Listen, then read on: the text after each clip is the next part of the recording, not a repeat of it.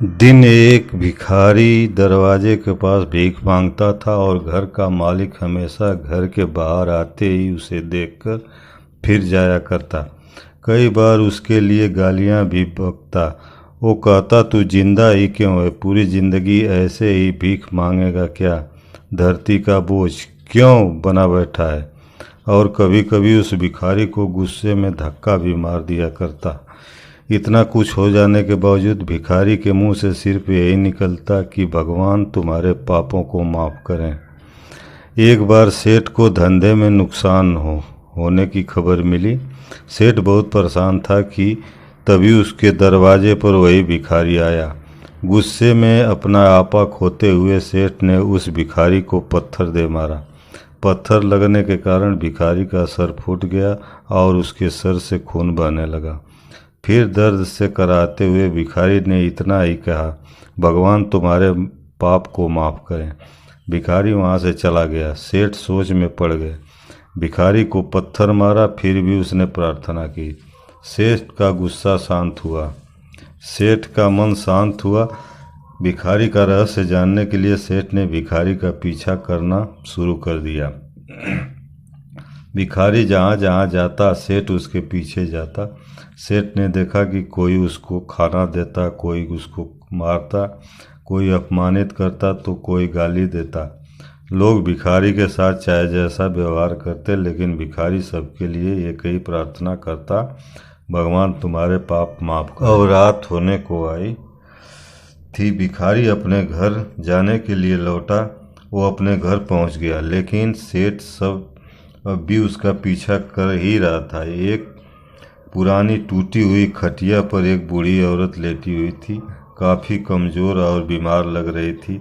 वह भिखारी की पत्नी थी। उसने पति के वापस आता देख वह खाट से उठ खड़ी हुई। पत्नी ने अपने पति के भीख वाले कटोरे में देखा, उसमें सिर्फ आधी बासी रोटी थी। उसे देखकर वह बोली, आज बस इतना ही मिला? और हाँ, आपके सिर में खून निकल रहा है, ये चोट कैसे लगी?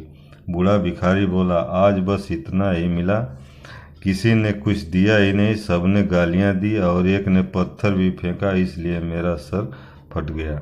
एक गहरी ठंडी सांस लेकर बूढ़ा भिखारी फिर से बोला, यह मेरे पापों का फल है। तुम्हें याद है कुछ साल पहले हम कितने अमीर थे? क्या कुछ नहीं था हमारे पास? हमारे पास हर चीज़ ज़रूरत से ज़्यादा थी, लेकिन हमने कभी दान नहीं किया। और उससे भी बुरा हमने उस अंधे भिखारी के साथ किया जो हमारे द्वार पर भीख मांगने आया करता था। बूढ़ी पत्नी की आंखों में आंसू आ गए। वो बोली, हाँ, हम उस बेचारे अंधे के साथ बहुत बुरा करते थे, उसका अपमान करते थे, उसे खाने के लिए रोटी की जगह कागज़ दिया करते, उसका मजाक उड़ाया करते और कभी कभी मार भी करते। मैंने कभी उसको रास्ता नहीं दिखाया। एक बार मैंने उसके मुंह पर मिट्टी भी फेंकी थी और वो हमेशा दुखी होकर कहता कि भगवान तुम्हें तुम्हारे किए की सज़ा देगा, भगवान तुम्हारे पापों की सज़ा ज़रूर देगा। उसका श्राप सब कुछ सच हुआ और हम इस दुख भरी जिंदगी में आ गए। भिखारी बोला, हाँ, उसका श्राप सच हुआ, इसलिए मैं किसी को बद्दुआ नहीं देता, चाहे कोई मेरे साथ कैसा भी बर्ताव करे। मैं हमेशा उसके लिए प्रार्थना करता हूँ। मैं नहीं चाहता कि कोई भी हमारे जैसे ज़िंदगी का अनुभव करे, किसी को भी हमारे जैसे दुखों का सामना करना पड़े। वो नहीं जानते कि वह कितना बड़ा पाप कर रहे हैं, इसलिए अनजाने में हुए पाप की ऐसी सज़ा किसी को भी मिले मैं नहीं चाहता। सेठ वहीं पर छुप कर यह सारी बातें सुन रहा था। अब उसे सब कुछ समझ में आ गया था। भिखारी और उसका पत्नी ने वह आधी रोटी मिल बांट कर खाए और भगवान को धन्यवाद बोलकर सो गए। अगले दिन भिखारी भी फिर भीख मांगने आ गया। सेठ के घर के पास जाते हैं। सेठ ने पहले से गर्म रोटी उसके लिए निकाल कर रखी थी। उसे देते हुए सेठ विनम्रता से बोला, माफ़ कर दीजिए बाबा, उससे बहुत बड़ी गलती हो गई। बूढ़ा भिखारी बोला, भगवान तेरा भला करे। इतना कहकर वह आगे निकल गया।